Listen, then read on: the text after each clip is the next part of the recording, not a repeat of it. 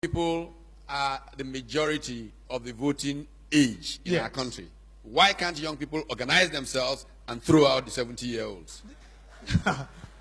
The question is not whether you can throw out the 70-year-olds.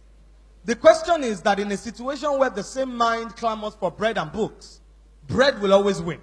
And the political elite of this country have mastered the art because they know that 500 naira and 1,000 naira will make people sell their votes at the polling booth. And so it is not that we young people don't want to organize to take over from you. But it is that your generation has the money to keep our generation aground. And you have your generation has deliberately, sir, except for very few progressives like you, refused to give us the kind of education that will empower us to demand mandatory accountability from your generation. The kind of education that will help us to become innovative and drive competitiveness for Nigeria's economy.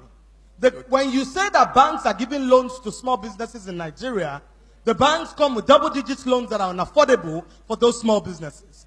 When you talk about youth and unemployment, the idea is not even youth unemployment. The idea is that youth unemployability is a greater challenge above youth unemployment.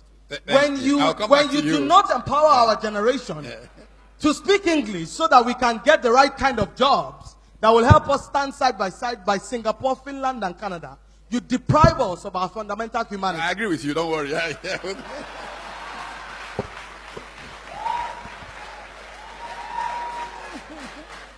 And I'm sorry, Professor Batitomi, I do not mean to be combative or to be activist.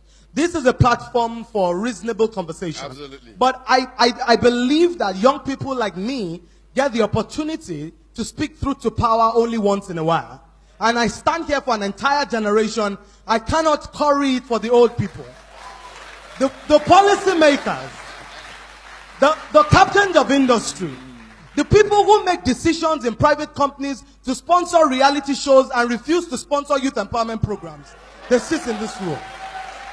And it is therefore important that I put the voice of my generation on the agenda, because I know you people are That's the ones. why I started with you.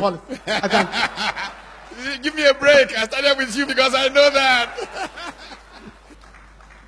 Based on logistics, there are two categories of young people in Nigeria today.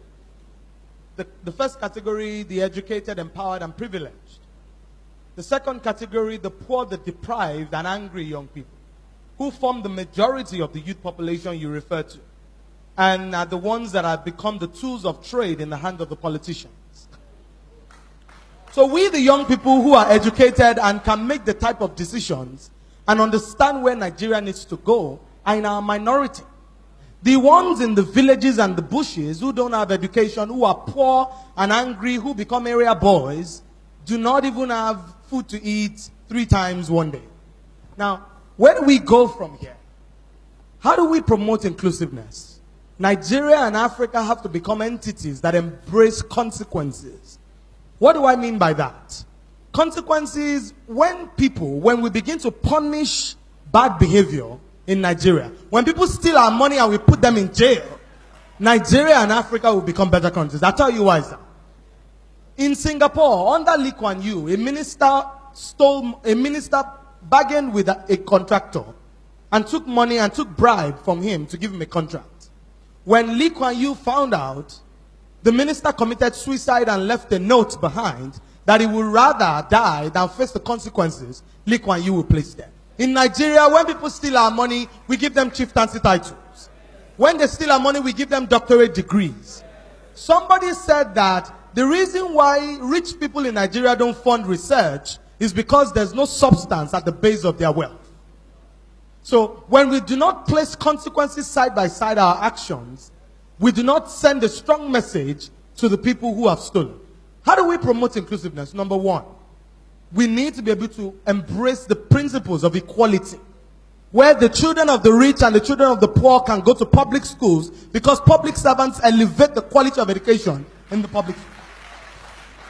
Number two, where the children of the poor can get jobs without having connections. When they go to University of Lagos and go to University of Ibadan, and they are given the same kind of jobs that people like me who went to Harvard University Kennedy School can get. That is when we become an equal country. A country where the children of the rich go to school abroad and come back to lead the corporations is not a country. We're just simply cohabiting. Why do I say that? As things currently stand, one day, during the Occupy Nigeria protest in 2012, the area boys didn't protest to Oshodi. They didn't go to Agege. They didn't go to Yanokpaja. They went to VGC. They went to Ikoyi. They went to Lagos. They went to VIA. It means that they know the homes where the rich people, the children of the rich people stay. And the truth is that in a country like this, where we continue to segregate and keep the children of the poor aground, this country is going to go up in flames one day. People are going to get to a point where they cannot take anymore. And people are going to get to a point where they cannot take anymore.